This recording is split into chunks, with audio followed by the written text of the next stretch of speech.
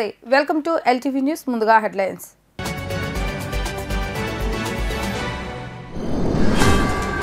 CM Jagan camp కార్యాలయంలో నూతన సంవత్సర వేడుకలు సీఎం జగన్ కు వేద ఆశీర్వచనం అందించిన టీటీడీ అర్చకులు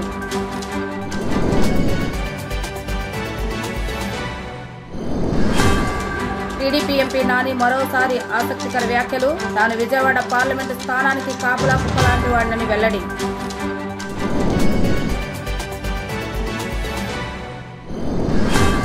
ఇంద్రకీలాద్రిపై భవానీ దీక్షల ఏర్పాట్లు పరిశీలిస్తున్న ఈవో రామారావు చైర్మన్ కర్నాటి రాంబాబు భక్తులకు ఎటువంటి అసౌకర్యం కలగకుండా చూసుకోవాలని అధికారులకు ఆదేశం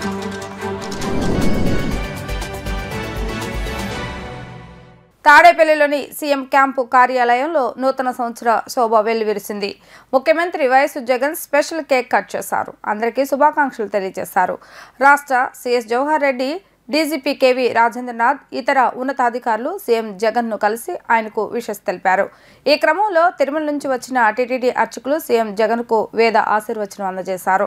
స్వామివారి శేషవస్త్రాన్ని, ప్రసాదాన్ని, టీటీడీ క్యాలెండర్ను, డైరీలను సీఎం జగన్కు అందజేశారు. కొత్త సంవత్సరాది నేపథ్యంలో సీఎం కార్యాలయానికి ఎమ్మెల్యేలు, ఎమ్మెల్సీలు, ఇతర వైసీపీ నేతలు భారీగా తరలివస్తున్నారు. బెజవాడ రాజకీయాలు ఈసారి ఆసక్తికరంగా మారే అవకాశాలు కనిపిస్తున్నాయి. ఇక పశ్చిమ నియోజకవర్గం విషయంలో టీడీపీ ఎంపీ కేశినేని నాని తాజాగా ఆసక్తికర వ్యాఖ్యలు చేశారు. పశ్చిమ నియోజకవర్గం నుంచి తాను గాని తన కుటుంబ సభ్యులు గాని పోటీ చేయటం లేదని ఆయన స్పష్టం చేశారు. ఇక పశ్చిమ నియోజకవర్గం సీటు బీసీ లేదా మైనార్టీలదని ఆయన అన్నారు. విజయవాడ పార్లమెంటు స్థానానికి కాపలా కుక్కలాంటి వాడినని పేర్కొన్నారు. తాను టీడీపీలో లేకుండా ఉంటే విజయవాడ పార్లమెంటు స్థానాన్ని జగ్గీపేట నుంచి దోచుకోవచ్చు అనేది కొందరి ఆలోచన అని ఆయన వ్యాఖ్యానించారు. నీతి నిజాయితీ కలిగినటువంటి వ్యక్తులు రాజకీయాల్లో ఉండాలని నా కోరిక. చాలా మందిని చూస్తున్నాం, ప్రజాసేవలోకి వస్తూ ఉంటారు. ఎందుకు వస్తాం? ఎజెండా ఏంటంటే మేము ఒక ఇంత పెట్టాం, మేము దానికి 100 రెట్లు ఎక్కువ సంపాదించుకోవడానికి అన్నట్టు ఉంటాను. లేదంటే కొంతమంది కులం పేరు చెప్పో, మతం పేరు చెప్పో, బ్లాక్మెయిల్ చేసో డబ్బులు సంపాదిస్తున్న ఎజెండాగా రాజకీయాల్లోకి వస్తాం. ఈ మధ్యకాలంలో ఎక్కువైపోయింది, ఫ్యాషన్ అయిపోయింది. నిజంగా ప్రజాసేవ చేయాలనుకునే వాళ్ళే ఈ రాజకీయంలో ఉన్నాను. నా అజెండా, నా అభిలాష, అట్లాగే నా ఐడియాలజీ. కాబట్టి చాలామంది నన్ను వ్యతిరేకిస్తారు. ఎందుకు వ్యతిరేకిస్తారు మీ అందరికీ తెలుసు. నేను అవినీతిని సహించను, నేను ల్యాండ్ గ్రాబింగ్ సహించను, నేను వేరే పనులు చేసి పార్టీకి చెడపేరు తెచ్చేవాడిని సహించను. నేను ఆర్గనైజేషన్లో పనిచేస్తానంటే నా ఆర్గనైజేషన్ టీమ్ బిల్డింగ్ ఇంపార్టెంట్ నాకు. అంతే తప్ప మేము వచ్చాం, మేము ఈ ప్రాంతానికి ఎమ్మెల్యే అయ్యాం, లేకపోతే ఇన్ఛార్జ్ అయ్యాం, మేము ఏలుకుంటాం, దోచుకుంటాం అంటే సహించే పనే లేదు. ఎందుకు పడదంటే వీడు ఒక కాపలా కుక్క విజయవాడ పార్లమెంట్కి, వీడు తినడం మమ్మల్ని తిన్నీడు అంత తప్ప ఏం ఎజెండా లేదు ఇక్కడ. వీడితో మాకు సాగు, వీడు ఎంపీగా లేకపోతే మాకు హ్యాపీగా ఉంటుంది. వీడు అసలు ఈ తెలుగుదేశం పార్టీ నుంచి పోతే నేను చక్కగా ఈ పార్టీని, ఈ బెజవాడిని, ఇక్కడ జగ్గేపేట నుంచి విజయవాడ ఈస్ట్ వరకు, అటు తిరువురు వరకు దోస్తూ తినొచ్చు అనేదే ఎజెండా. అవినీతి పనుల్ని సహించే పనే లేదు విజయవాడలో. నేను అంతగా వరకు ఎవడు ఎన్ని చేసినా కానీ దానికి సమర్థంగా ఎదుర్కోవడానికి ఇంతమంది నిజాయితీ పనులు ఉన్నారు. ఇక్కడ ఇబ్బంది ఏం లేదు. సో నేను రాజకీయాల్లోకి వచ్చినప్పుడు నాకు 48 ఏళ్ళు.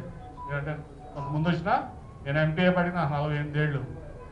ఇప్పుడు నాకు 58 నిండుతున్నాయి. జనవరికి 22, ఇప్పుడే ఈ నెలలో 22కి నాకు 58 నిండుతాయి. నిజంగా కూడా నాకు నేను పుట్టిన ఊరికి సేవ చేసిన భాగ్యం నాకు విజయవాడ ప్రజలు ఇచ్చారు, అలా తెలుగుదేశం పార్టీ ఇచ్చింది, చంద్రబాబు నాయుడు గారు ఇచ్చారు. నేను చాలా హ్యాపీ దాన్ని. అట్లాగే ఈ 10 ఏళ్ళు నా ఈ అధికారాన్ని ఏదైతే ఎంపీగా ఉన్నానో ఎయిర్పోర్ట్ ప్రోటోకాల్ తప్ప నా కుటుంబం నేను వాడుకోవాలి. నా వ్యాపారం అనుకున్న సంగతి కూడా మీకు తెలుసు. అట్లాగే నా చుట్టూ ఉన్న వాళ్ళు కూడా అట్లాగే ఉండాలని నా కోరిక. ఇవాళ బేక్ను ప్రమోట్ చేస్తున్నా. 2 సార్లు 2014లో నేను పోటీ చేశా. అప్పుడు బీజేపీ అలయన్స్ వెల్లంపల్లి శ్రీనివాస్ బీజేపీలో అభ్యర్థిగా పోటీ చేస్తే 3,000 అతను ఓడిపోయాడు. నేను 14,000 మెజార్టీ ఇచ్చింది ఇదే విజయవాడ వెస్ట్ నియోజకవర్గం నాకు. అంటే 2 సార్లు కూడా 17,000 క్రాస్ ఓటింగ్ నాకు వేసి ప్రజలు విజయవాడ వెస్ట్ నియోజకవర్గం అంటే రాజకీయ పరిణితి కలిగినటువంటి నియోజకవర్గం. మనిషిని చూసి ఓటేస్తారు తప్ప ఇక్కడ పార్టీలను చూసో ఇంకోటే కాదు. పార్టీ సరైన వ్యక్తికి సీట్ ఇవ్వకపోతే ఖచ్చితంగా ఓడిస్తాం, సరైన వ్యక్తికి సీట్ ఇస్తే ఖచ్చితంగా గెలిపిస్తాం అనేదానికే నా 2 ఎలక్షన్లే నిదర్శనం. అన్ని కులాలు, అన్ని మతాలు సమానంగా ఉన్నటువంటి నియోజకవర్గం. అన్ని కులాల మతాలు కలిపి తర్వాత వాళ్ళ కండగా మరి బ్రేక్ కూడా ఒక సంవత్సరాల నుంచి మా అందరితో కలిసి ప్రయాణం చేస్తున్నాడు. ఖచ్చితంగా నాకు ఎటువంటి డౌట్ లేదు, ఇటువంటి వ్యక్తులు అసెంబ్లీలో అడుగు పెడతారు. కొన్ని కబంధ హస్తాల నుంచి ఈ వ్యక్తిని విముక్తి చేయాలని చెప్పి మాత్రమే నేను అక్కడ రెస్పాన్సిబిలిటీ తీసుకున్నాను. అందుకే తర్వాత చెప్పాను, నేను దేంట్లో ఇన్వాల్వ్ అవను, సమన్వయ కమిటీ వేసుకోండి, మీరు చెప్పిందే నేను ఓకే అంట. నా ఇక్కడ తిరుపతి లెటర్, దర్శన లెటర్కి విజయవాడ వెస్ట్ నుంచి వచ్చిన సమన్వయ కమిటీ పంపిస్తాను. వాళ్ళు ఓకే చేస్తేనే నేను లెటర్ ఇస్తాను. ఎందుకంటే ఇది ప్రజాస్వామ్యంలో నడవాలి. Majority only prevails. Sri Durgamalleswara Swamy వార్ల దేవస్థానం నందు జరగబోయే భవానీ దీక్ష విరమణలు 2023 విషయమే ఆలయ trust board chairman Karnati Rambabu, కార్యనిర్వహణాధికారి కెఎస్ రామారావులు ఏర్పాట్లను క్షేత్రస్థాయిలో పరిశీలించి అధికారులకు పలు సూచనలు ఇచ్చారు. భక్తులకు ఎలాంటి అసౌకర్యం కలగకుండా చూసుకోవాలని అధికారులకు ఈ సందర్భంగా ఆదేశించారు. ఇంద్రకీలాద్రిపై భవానీ దీక్ష విరమణ కార్యక్రమాలు నిర్వహిస్తున్నారు. జనవరి 3వ తేదీ నుంచి జనవరి 7వ తేదీ వరకు ఈ దీక్ష విరమణ కార్యక్రమాలు జరగనున్న నేపథ్యంలో ఆలయ trust board chairman Karnati Rambabu, కార్యనిర్వహణాధికారి కెఎస్ రామారావుతో కలిసి అమ్మవారి దర్శనార్థం విచ్చేయు భక్తుల సౌకర్యార్థం అన్ని ఏర్పాట్లను పరిశీలించారు. ఇందులో భాగంగా భక్తుల సౌకర్యార్థం వినాయక స్వామివారి దేవస్థానం నుండి ఏర్పాటు చేసిన క్యూ లైన్ల ఏర్పాట్లు, సీతమ్మవారి పాదాలు, భవానీ ఘాట్, పున్నమి ఘాట్ నందు కేశకన్నా శాలలు, స్నానపు ఘాట్లు, టికెట్ కౌంటర్లు, హోల్డింగ్ ఏరియాలు, కొబ్బరికాయ కుట్ట ప్రదేశము, ఇరుముడు పాయింట్లు, హోమగుండములు, ప్రసాదం కౌంటర్లు, అన్నదానం ఏర్పాటు తదితర ప్రదేశాల వద్ద ఏర్పాట్లను క్షేత్రస్థాయిలో పరిశీలించి అధికారులకు సూచనలిచ్చారు. ఈ కార్యక్రమంలో ఆలయ కార్యనిర్వహణ ఇంజనీరింగ్ లింగం రమాదేవి గారు, ఇంజనీరింగ్ సిబ్బంది మరియు ఆలయ సిబ్బంది పాల్గొన్నారు. ఏపీలో బీజేపీ నాయకులు చేసే వ్యాఖ్యలు వారు వ్యక్తిగతంగా చూడాలని బీజేపీ అధికార ప్రతినిధి లంకా దినకర్ తెలిపారు. బీజేపీ ఏపీ ఉపాధ్యక్షుడు విష్ణువర్ధన్ రెడ్డి వ్యాఖ్యలపై లంకా దినకర్ పరోక్షంగా కౌంటర్ ఇచ్చారు. విష్ణువర్ధన్ రెడ్డి మాటలకు రాష్ట్ర పార్టీకి ఎటువంటి సంబంధం లేదని స్పష్టం చేశారు. బీజేపీ ఏపీ ఉపాధ్యక్షుడు విష్ణువర్ధన్ రెడ్డి వ్యాఖ్యలపై లంకా దినకర్ పరోక్షంగా కౌంటర్ ఇచ్చారు. బీజేపీ రాష్ట్ర కార్యాలయంలో ఆయన మాట్లాడుతూ ఏపీలో పొత్తులు, సీట్లపై కేంద్ర పెద్దలు నిర్ణయం తీసుకుంటారని చెప్పారు.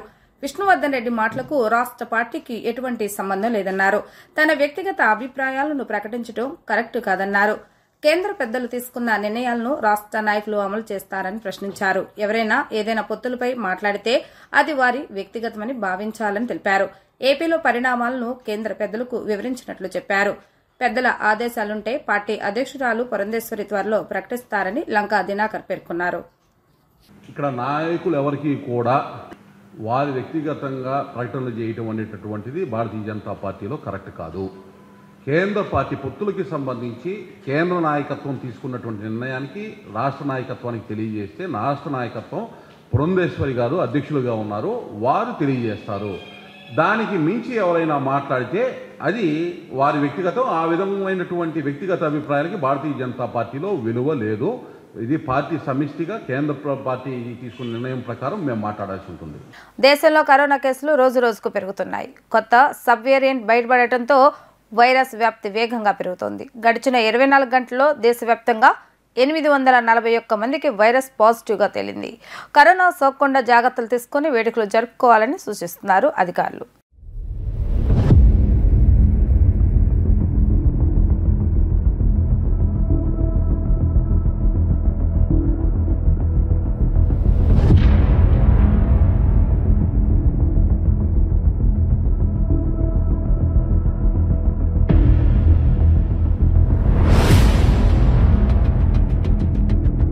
కరోనా కేసులు రోజురోజుకు పెరుగుతున్నాయి. దేశంలో యాక్టివ్ కేసుల సంఖ్య 4309కి చేరింది. దాదాపు 7 నెలల తర్వాత ఈ స్థాయిలో కేసులు నమోదు అయ్యాయని అధికారులు తెలిపారు. గత మే 19వ తేదీన దేశంలో 845 కొత్త కేసులు నమోదు అయ్యాయని, ఆ తర్వాత కొత్త కేసుల సంఖ్య క్రమక్రమంగా తగ్గుకుంటూ వచ్చింది. ఇటీవల దేశంలో J1 సబ్ వేరియంట్ వ్యాప్తిని అధికారులు గుర్తించారు. వైరస్తో 3 చనిపోయినట్లు తెలిపారు. కేరళలో ఈ వైరస్ బాధితులను వైద్య అధికారులు గుర్తించారు. ప్రస్తుతం పెరుగుతున్న కేసుల్లో ఎక్కువ శాతం కేరళలోనే నమోదవుతున్నాయి. ఈ నేపథ్యంలో కొత్త వేరియంట్ వల్లే కేసులు పెరుగుతుండొచ్చని అధికారులు అనుమానిస్తున్నారు. కాగా కొత్త సంవత్సరం వేడుకల సందర్భంగా కరోనా వ్యాప్తి పెరిగే ప్రమాదం ఉందని వైద్య అధికారులు ఆందోళన వ్యక్తం చేస్తున్నారు. కరోనా సోకకుండా జాగ్రత్తలు తీసుకోవాలని కేంద్ర ఆరోగ్య శాఖ సూచించింది.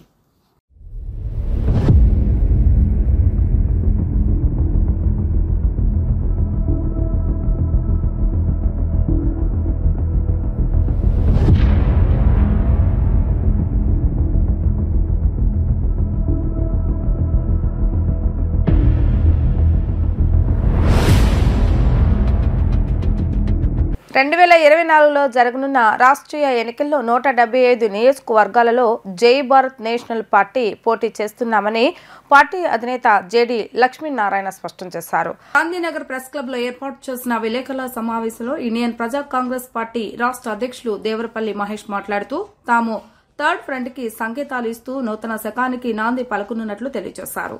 ఈ దేశాన్ని ఇండియా కూటమి, ఎన్డీఏ కూటమిలు విడతల వారీగా పరిపాలన చేస్తూ ప్రభుత్వ ఖజానాలను పెద్దలకు దోచిపెట్టడమే కానీ దేశ ప్రజలకు చేసిందేమీ లేదన్నారు.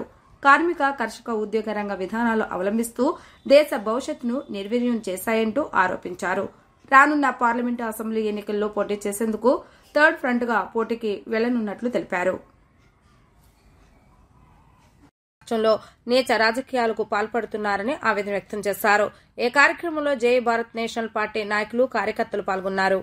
ఈరోజు జై భారత్ నేషనల్ పార్టీలో మా అత్యంత సన్నిహితులు, విశేషమైన రాజకీయ అనుభవం ఉన్న శ్రీ పోతిన వెంకటరామారావు గారు ఈరోజు జై భారత్ నేషనల్ పార్టీలో వారు ప్రవేశిస్తున్నారు. వారికి స్వాగతం. వారితో పాటు వారి మిత్ర బృందం కూడా అనేకులు పార్టీలో సభ్యత్వం తీసుకుంటున్నారు. వాళ్ళందరికీ కూడా నేను జై భారత్ నేషనల్ పార్టీ అధ్యక్షుడిగా వారందరికీ స్వాగతం పలుకుతున్నాను. ఈ జై భారత్ నేషనల్ పార్టీ అన్నది పెట్టిన పార్టీ కాదు, పుట్టిన పార్టీ. ప్రజల ఆకాంక్షలు, ప్రజల కాంక్షలు, వాళ్ళ యొక్క అభిమతాలు ఇవన్నీ తెలుసుకున్న తర్వాత వారి యొక్క సలహాతో, వారి యొక్క కాంక్షలతో పుట్టిన పార్టీ జై భారత్ నేషనల్ పార్టీ. రాజకీయాలంటే ప్రజలను మోసగించడం, మోసపు మాటలు చెప్పి, బూటకపు మాటలు చెప్పి వాళ్ళు ఎన్నిక కాబడిన తర్వాత వాటి గురించి పట్టించుకోకపోవడం, ఇదంతా కూడా చూస్తున్నాం. ఎన్నాళ్ళు ఇటువంటి బూటకపు రాజకీయాలకు ప్రజలు మోసపోవాలి అన్నది ప్రధానమైన భూమిక మాది. రాజకీయాలంటే రాజనీతి అని, రాజనీతి అంటే సుపరిపాలన అని మేము నమ్ముతాము. ఆ నమ్మకాలతోనే ఈ జై భారత్ నేషనల్ పార్టీ అన్నది పుట్టింది. అందువల్ల మీ అందరికీ కూడా ఈరోజు తెలియజేస్తున్నాను, ఎప్పుడూ కూడా ఒకే రెండు పార్టీలేనే ఈ రాష్ట్రాన్ని ఏలాలా, మనం కొత్తగా ఆలోచించలేమా? వారికి 5 సంవత్సరాలు మనం అవకాశం ఇచ్చాం. కానీ ఇప్పుడు చూడండి, రాష్ట్రంలో ఎన్ని లక్షల కోట్ల అప్పు చేశారో వీరిద్దరూ కలిసి. మరి అప్పులు ఎవరు తీరుస్తారు? అందుకనే జై భారత్ నేషనల్ పార్టీ చెబుతున్నాం, మేము అప్పు చేయము, తప్పు చేయము. వీరు చేసిన అప్పులన్నీ కూడా తీర్చేస్తాం. మనం ప్రజా సంక్షేమము, తర్వాత అభివృద్ధి, ఈ రెండింటినీ కూడా రెండు జోడెద్దుల్లాగా మనం తీసుకువెళ్ళగలిగితే ఏమాత్రం అప్పు చేయాల్సిన అవసరం కూడా ఉండదు అని దృఢంగా నమ్ముతుంది జై భారత్ నేషనల్ పార్టీ. ఈ తీర ప్రాంతాన్ని టూరిజంలో డెవలప్ చేయగలిగితే, మనం పర్యాటన రంగంలో డెవలప్ చేయగలిగితే, 26 జిల్లాలను ఒక్కొక్క ఇండస్ట్రియల్ హబ్గా మనం డెవలప్ చేయడానికి అన్ని రకాల ప్లాన్లు ఇవన్నీ కూడా మేము తయారు చేసి పెట్టుకొని ఉన్నాం. మా మేనిఫెస్టో కూడా త్వరలో రాబోతోంది. సంక్షేమము మరియు అభివృద్ధి, పురోగతి, వీటి ధ్యేయంగా జై భారత్ నేషనల్ పార్టీ ముందుకు వెళ్ళబోతోంది. కాబట్టి యువతరానందరికీ కూడా మూసపోసిన బూటకపు రాజకీయాలకు లొంగకండి, కొత్త ఆలోచనలు తీసుకొద్దాం. మేనిఫెస్టో ప్రజా మేనిఫెస్టో ఇది. రాజకీయ పార్టీలతో కలిసి వెళ్ళే అవకాశం లేదు. జై భారత్ నేషనల్ పార్టీ ఒంటరిగా పోరాడుతుంది. ఇంతవరకు రాజ్యాధికారం దక్కని అందరినీ కూడా కలుపుకొని మేము వెళతాము. ఎందుకంటే మూసపోసిన 2 పార్టీల నాయకత్వమే ఈ రాష్ట్రంలో చూస్తున్నాం. కాబట్టి కొత్త నాయకత్వం తీసుకొస్తాం. సమ ఆలోచనలు చేసే వారందరూ కూడా కలిసి మనం అందరం ఒక 3వ ప్రత్యామ్నాయం అన్నది మన రాష్ట్రంలో తీసుకురావాల్సిన అవసరం ఎంతైనా ఉంది. జై భారత్ నేషనల్ పార్టీ ఆంధ్రప్రదేశ్లోని 175 అసెంబ్లీ నియోజకవర్గాలకి మరియు 25 లోక్సభ నియోజకవర్గాలకి పోటీ చేస్తుందని స్పష్టంగా మేము తెలియజేస్తాం. త్వరలో అభ్యర్థుల్ని ప్రకటిస్తాం. వార్తలు ముగించే ముందు హెడ్లైన్స్ మరొకసారి.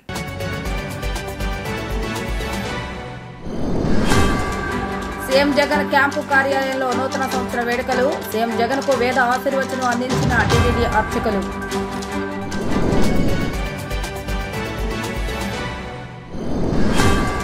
టీడీపీ ఎంపీ నాని మరోసారి ఆసక్తికర వ్యాఖ్యలు. తాను విజయవాడ పార్లమెంటు స్థానానికి కాపులా కుక్కలాంటి వాడినని వెల్లడి.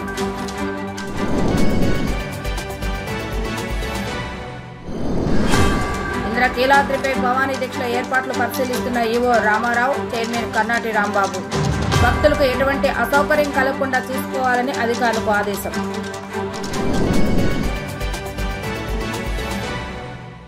ఇవి ఈరోజు వార్తా విశేషాలు. తిరిగి ప్రసారమయ్యే వార్తలో మళ్ళీ కలుద్దాం. అందరికి సెలవు. నమస్కారం.